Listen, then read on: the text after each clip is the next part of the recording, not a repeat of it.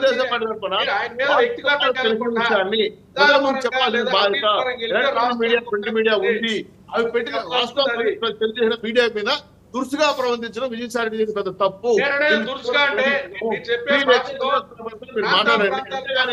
Right right Maheshwara గారు నాకు చౌదరి గారికి ఒక ప్రశ్న ఉంది. ఒక్క నిమిషం చౌదరి గారు, ఈరోజు ముఖ్యమంత్రి చంద్రబాబు గారు ఢిల్లీ వెళ్తున్నారు, అమిత్ షా గారితో భేటీ కాబోతున్నారు. 2 వారాల వ్యవధిలో రెండోసారి.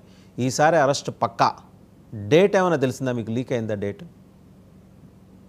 సార్ వాసుదేవన్ గారు, జగన్మోహన్ రెడ్డి గారికి ప్రజలు ఇచ్చిన తీర్పుతో ఆయనకే శిక్ష పడింది. మేము అరెస్ట్ చేయాల్సిన అవసరం లేదు. చట్టం తన పని తాను చేసుకుంటూ పోతా ఉంది. బాబు గారు వెళ్ళింది ఈ రోజు రాష్ట్ర పరిస్థితుల పైన మాట్లాడడానికి. ఎందుకంటే కొన్ని ఎమర్జెన్సీ హెల్త్ ఇష్యూస్ ఉన్నాయి. అది మా తిరుపతిరావు కూడా తెలుసు. ఎందుకంటే డయేరియా లాంటిది భారీగా విస్తరిస్తా ఉంది. పీ సెంటర్ లో రూపాయి కూడా లేదు, బ్లీచింగ్ కూడా డబ్బులు లేవు.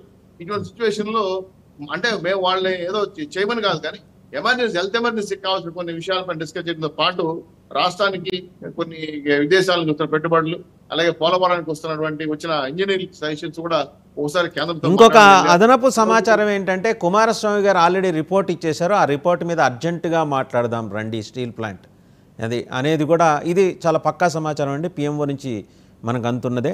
స్టీల్ ప్లాంట్ మీద కుమారస్వామి గారు రిపోర్ట్ ఇచ్చారు ఆల్రెడీ. ఎలా how to go about on steel plant? Sir మాకు ఆంధ్ర రాష్ట్రంలో చాలా అత్యవసర పరిస్థితులు ఉన్నాయి. దీన్ని మాట్లాడటంతో పాటు కేంద్ర సహకారం కూడా తీసుకోవాలి. మీరంటే కుమారస్వామి కూడా స్టీల్ ప్లాంట్ ప్రైవేట్ చేయమని వాళ్ళే చెప్పారండి. మేము చెప్పట్లేదు. స్టీల్ ప్లాంట్ గురించి ఏ ఇబ్బందులు లేవు. అది ఆంధ్ర హక్కు. స్టీల్ ప్లాంట్ మన చేతుల్లోనే ఉంటుంది. కాకపోతే కొన్ని చట్టపరమైన సమస్యలు గతంలో తీసుకున్నారు కాబట్టి సరిదిద్దుకుంటూ వస్తున్నారు. పూర్తి స్థాయిలో రాష్ట్ర అవసరాలు చూస్తేనే బాబు గారు వెళ్ళారు. కానీ ఈరోజు మాకు వెంకటగిరి దగ్గర అయితే డైరెక్ట్ సీరియస్ అయ్యి ఒక చిన్న పాప చనిపోయింది. డిహెచ్ఓ అక్కడే కూర్చున్నారు. గుడ్ గవర్నెన్స్ అంటే మీకు ఎగ్జాంపుల్ చెప్తున్నా. బాబు గారు ఫోన్ చేశారు, లోకేష్ గారు ఫోన్ చేశారు, పవన్ కళ్యాణ్ గారు ఫోన్ చేశారు. చూడండి, గతంలో విజయసాయి రెడ్డో లేదంటే పెద్దిరెడ్డో లేదా ఇంకొక ఆయన తన చేసేవాడు. కానీ డైరెక్ట్ సీఎం గారు మంత్రులు ఫోన్ చేసి డేరియా పైన మినిట్ టు మినిట్ మాటర్ చేస్తానంటే, శ్రీహరి గారు డిఎంహెచ్ఓ ఎలా చదువుకుంటున్నారంటే ఆయన చేశాడు, చాలా బాగా చేశాడు. కాబట్టి అప్రిషియేట్ చేసి ఈరోజు భారీగా గుడ్ గవర్నెన్స్ ఎలా ఉండాలి పైన వాళ్ళు మానిటర్ చేయడం అనేది నిజంగా మాకు కూడా సంతోషం వేస్తా ఉంది. ఎందుకంటే ఈ ఎండాకాలంగా వర్షాకాలం ఇటువంటి పరిస్థితులు వస్తాయి. కాబట్టి ఈ కారణాలతో పాటు మేము హెల్త్ ఎమర్జెన్సీ పరిస్థితులు రాకూడదు. కాబట్టి ఏ జాగ్రత్తలు తీసుకోవాలనే విషయం కూడా డిస్కస్ చేస్తాం. ఒకసారి తిరుపతిరావు గారి దగ్గరికి కుమారస్వామి నివేదిక కూడా చర్చ జరుగుతుంది. అనుమానం అక్కర్లేదు. 3 పార్టీలు నిర్ణయం తీసుకుంటారు. బాబు గారే గారు కదా, పురంధేశ్వర్ గారు కానీ, పవన్ కళ్యాణ్ గారు కానీ, బాబు గారు కూర్చొని ఖచ్చితంగా పవన్ కళ్యాణ్ కూర్చొని తిరుపతిరావు గారి దగ్గరికి వెళ్దాం. తిరుపతిరావు గారు, రాష్ట్రంలో చాలా ఇంపార్టెంట్ అంశాలు తెర మీదకి వస్తున్నాయి. ఉత్తరాంధ్రలో సెల్ టవర్ కారణంగా 40 మంది క్యాన్సర్తో మరణించారు, 50 మంది ఇంకా దాని బారిన పడుతున్నారు అని చెప్పేసి నిన్న చాలా ఇందాక హెల్త్ ఎమర్జెన్సీ అని చౌదరి గారు ప్రస్తావన చేశారు. కాబట్టి ఇది నిజంగా హెల్త్ ఎమర్జెన్సీ కదా. ఇది వదిలేసి మదన్ మోహన్ ఏం చెప్పాడు, లేకపోతే దేవాదాయ శాఖ సస్పెండ్ అయిన దేవాదాయ శాఖ డిప్యూటీ కమిషనర్ ఏం మాట్లాడారు, విజయసాయి రెడ్డి ఆగ్రహంతో ఎలా ఊగిపారు, ఇవండి అంశాలు మనం మాట్లాడుకోవాల్సింది. డెఫినెట్ గా అనేది ఇవాళ వచ్చిందేం కాదు. చాలా కాలంగా సెల్ టవర్లు పరిసర ప్రాంతాల్లో ఉన్నటువంటి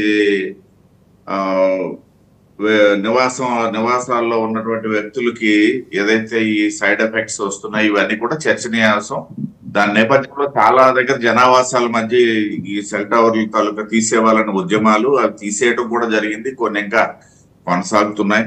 కొంతమంది ఇళ్ల మీదే అప్పుడు తెలియక ఏదో రెంట్ వస్తుంది, బయట టెర్రస్ మీద పెట్టుకుంటే మార్కేయాలని పెట్టుకున్న వాళ్ళు ఇవాళ బాధపడుతున్నటువంటి సందర్భం ఇవన్నీ ఉన్నాయి. అయితే దీని మీద ఇంకా ఇప్పుడు మీరు ఏదైతే దాని నేపథ్యంలో ఈ క్యాన్సర్ సంబంధించి 40-50 మంది ఉత్తరాంధ్ర అనే దాని మీద ఇంకా కొంత సమాచారం రావాల్సి ఉంది వాసుదేవన్ గారు. కాబట్టి ఇది కూడా చర్చనీయాంశమే కాదన్నదేం కాదు.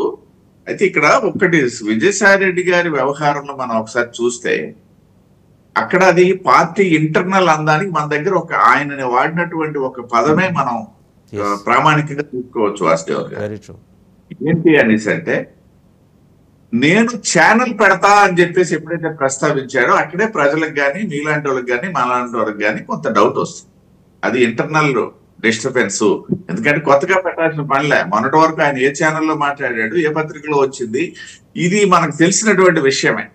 కాబట్టి ఖచ్చితంగా అక్కడ అది వాళ్ళ తాలూకా ఆంతరంగికమైనటువంటి అంశంగా కూడా మనం ఖచ్చితంగా దాన్ని ట్రీట్ చేయాలి. అది ఒకటే ఎవరు ఎలా మాట్లాడారనేది కాదు, కానీ ఆ పాయింట్ ఆధారంగా నిన్నటి నుండి చర్చ జరుగుతుంది. అంటే వాళ్ళ మీడియా గతం అంటే మొన్నటి వరకు వాళ్ళ మీడియా అని మనం అనుకున్నటువంటి మీడియాలో ఈయనకి స్పేస్ లేదు అనేది ఇక్కడ స్పష్టమైన తర్వాత నేను ఒక ఛానల్ పెడతాను అన్నటువంటి పరిస్థితికి రావాల్సి వచ్చింది అనేది ఇది కీలకమైనటువంటి అంశం వాసుదేవన్ గారు నా దృష్టిలో. మీరు ఏ విధంగా భావిస్తారు?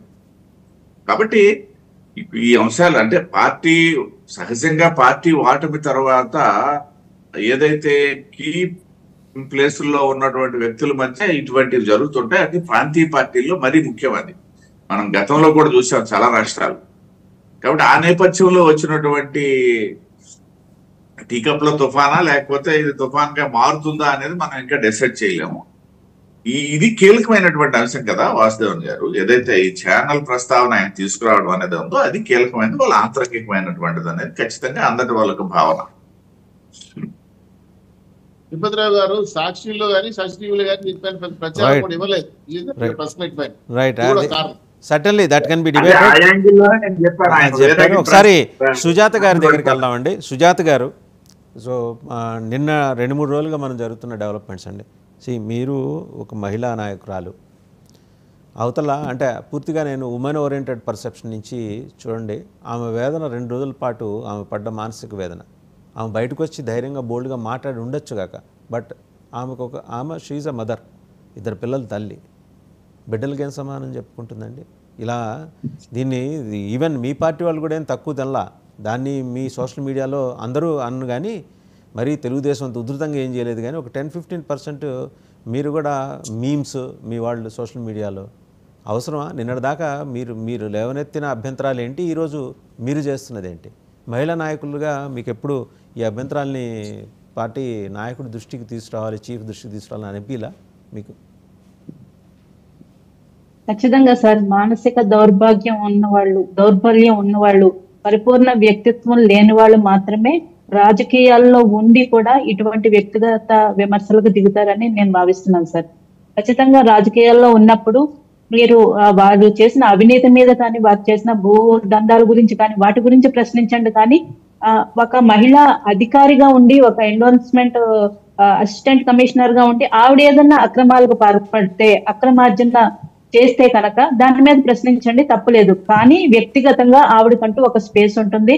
తనకు ఒక వ్యక్తిగత స్వేచ్ఛ చట్టాలు ఇచ్చాయి కాబట్టి దాని ప్రకారం ఆవిడ 1 పెళ్లి చేసుకుంటుందా, 2 పెళ్లి చేసుకుంటా, 3 పెళ్లి చేసుకుంటుందా అన్నది ఆవిడ సొంత నిర్ణయం. దాని మీద ఎవరు కామెంట్ చేయకూడదండి, ఖచ్చితంగా తప్పే.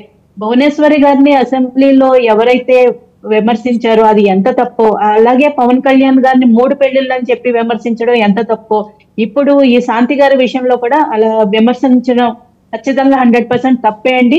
ఇటువంటి తప్పులు చేసినవి మా అధినేత దృష్టికి మా సోషల్ మీడియా ఇన్ఛార్జెస్ ఎవరైతే ఉన్నారో వాళ్ళు తీసుకెళ్లడం ద్వారానే ఆయన ఖచ్చితంగా మొదట్లోనే అటువంటి సంస్కృతి మంచిది కాదని తుంచివేయడం జరిగిందండి. అలాగే మన ఆయన విజయసాయి రెడ్డి గారి విషయంలో తీసుకుంటే కనుక గత 5 ఏళ్లలో ఆయన ఎంపీగా ఎటువంటి హోందాతను లేకుండా చాలా చీప్ గా సోషల్ మీడియాలో ట్వీట్లు పెట్టడం కానీ, ఆయన వాడిన భాష కానీ, ఆయనకున్న విలువను తగ్గించేసేయండి. సోషల్ మీడియాలో ఎవరైతే ఉంటారో వాళ్ళు పూర్తి స్వేచ్ఛగా ఉంటారు. తెలుగుదేశం కార్యకర్తలు కానీ, ఇటు జనసేన కార్యకర్తలు కానీ, జనసేన కార్యకర్తలు అయితే వాళ్ళు ఫ్రీలాన్సర్ గా పనిచేస్తుంటారు. వాడికి ఎటువంటి జీతాలు భత్యాలు మా దగ్గర నుంచి ఏముండవు. కాబట్టి వాళ్ళందరికీ ఈ 5 ఏళ్లుగా విజయసాయి రెడ్డి గారి మీద ఒక రకమైన అభిప్రాయం వచ్చేసిందండి. ఈయన ఎంపీగా కూడా ఎటువంటి అర్హతగా పనికిరాని వ్యక్తి ఈయన అని. ఎందుకంటే చాలా చీప్ గా మాట్లాడిన సందర్భాలు చాలా ఉన్నాయి సార్. చాలా దిగజారి, అంటే ఒక సామాన్య కార్యకర్త కూడా అంత దౌర్భాగ్యమైన భాష వాడరు. అలాంటి భాష వాడి మాట్లాడిన సందర్భం ఉంది. కాబట్టి విజయసాయి రెడ్డి గారి విషయానికి వచ్చేటప్పటికి వీళ్ళ రియాక్షన్ కొంచెం అంత ర్యాపిడ్ గా ఉండడం జరిగింది. కానీ ఏదైనా కూడా ఆయన చేశారని చెప్పి వీళ్ళు అటువంటి విమర్శలకు దిగడం మాత్రం 100% తప్పండి. వారి కుటుంబం, ఆవిడ కుటుంబం, అలాగే వాళ్ళ పిల్లల భవిష్యత్తు, అందులోకి 2 ఆడపిల్లలు అంటున్నారు. వాళ్ళ భవిష్యత్తు ఆలోచించుకుని వాళ్ళని అలాగా 3-4 రోజులు మీడియాలో వాళ్ళని బయట పెట్టి వాళ్ళని బజారు పాలు చేయడం అది 100% తప్పండి. అది ఖచ్చితంగా ఖండించాల్సిన